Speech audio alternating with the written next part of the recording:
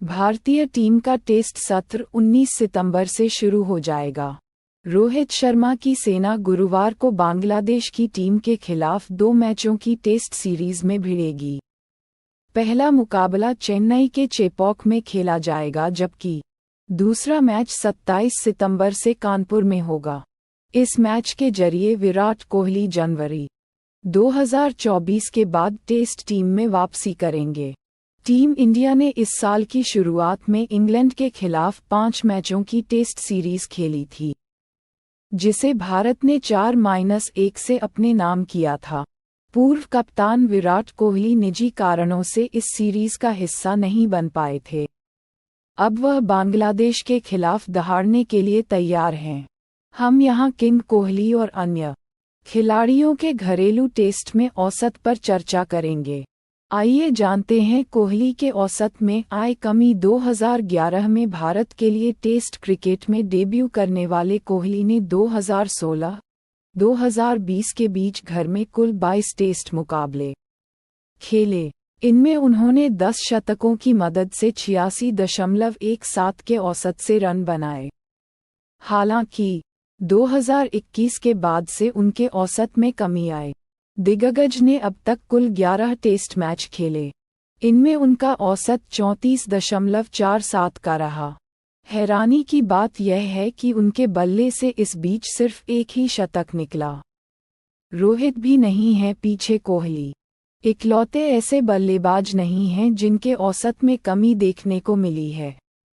भारतीय कप्तान रोहित शर्मा के आंकड़े भी चौंकाने वाले हैं। 2016 से 2020 के बीच हिटमैन ने भारतीय सरजमी पर कुल 10 मुकाबलों में 101.10 के औसत से रन बनाए। इस दौरान उनके बल्ले से 4 शतक निकले। वहीं 2021 से अब तक खेले 15 मैचों में दिग्गज का औसत 44.87 ही रह गया। हालांकि शतकों की संख्या 4 ही रही। 2021 से अब तक केएल राहुल ने खेले 3 मैच। आगामी सीरीज के लिए भारतीय क्रिकेट कंट्रोल बोर्ड (बीसीसीआई) ने रोहित विराट के अलावा केएल राहुल, रवींद्र जडेजा, ऋषभ पंत, शुभमन गिल और यशस्वी जायसवाल को भी टीम में शामिल किया है। सीनियर खिलाड़ियों के औसत पर नजर डालें तो कप्तान और पूर्व कप्तान की तरह उनके प्रदर्शन में भी गिरावट आई है।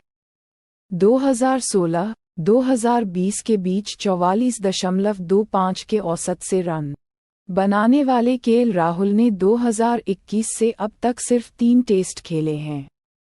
इनमें उन्होंने 29.20 के औसत से रन बनाए हैं।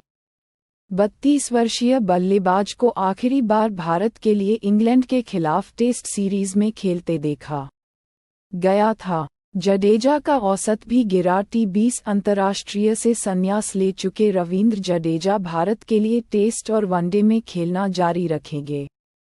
बांग्लादेश के खिलाफ उनकी स्पिन गेंदबाजी और 7वें नंबर पर आकर बल्लेबाजी भारतीय टीम के लिए उपयोगी साबित होगी।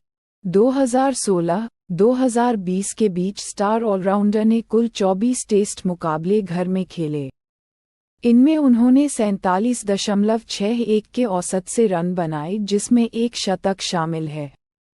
हालांकि 2021 के बाद उनका औसत 41.38 ही रह गया। पंत से अच्छे प्रदर्शन की आशा। यही हाल विकेटकीपर बल्लेबाज ऋषभ पंत का है। उन्होंने 2016-2020 तक घर में सिर्फ 2 मुकाबले खेले। इनमें 26 वर्षीय खिलाड़ी का औसत 92 का रहा। हालांकि 2021 से अब तक उन्होंने 6 मुकाबले, जिसमें पंत का औसत 56.87 ही रह गया। दिसंबर 2022 में एक सड़क दुर्घटना में गंभीर रूप से घायल होने के बाद युवा खिलाड़ी टेस्ट टीम में वापसी करेंगे। उनसे फैंस को बेहतर प्रदर्शन की उम्मीद है। गिल और जायसवाल ने किया प्रभावित सलामी बल्लेबाज शुभमन गिल को 2020 में ऑस्ट्रेलिया के खिलाफ भारत के लिए डेब्यू किया। अब तक वह इस प्रारूप में 25 मुकाबले खेल चुके हैं, जिनमें उन्होंने 35.52 के औसत से 1492 रन बनाए हैं। वहीं पिछले साल वेस्टइंडीज के खिलाफ भारत के लिए डेब्यू करने वाले 22 वर्षीय बल्लेबाज यशस्वी जायसवाल को भी बांग्लादेश के खिलाफ टीम में शामिल किया गया है। उन्होंने अब तक खेले गए 9 मुकाबलों में 68.53 के औसत से 1028 रन बनाए हैं। जायसवाल प्रभाव छोड़ने में कामयाब हुए हैं। इंग्लैंड के खिलाफ इस साल की शुरुआत में खेली गई 5 मैचों की घरेलू टेस्ट सीरीज में उन्होंने 80 से ज़्यादा के औसत से रन बनाए थे। आगामी सीरीज में दोनों गिल और जायसवाल से अच्छे प्रदर्शन की उम्मीद है। औसत में गिरावट का क्या है कारण? घरेलू टेस्ट में भारतीय बल्लेबाजों के औसत में आई गिरावट की वजह क्या है? इसका जवाब तेज गेंदबाजी और स्पिन के खिलाफ उनके आंकड़ों को खंगालने पर मिल सकता है। भारतीय खिलाड़ियों का ऐसा प्रदर्शन चिंताजनक है।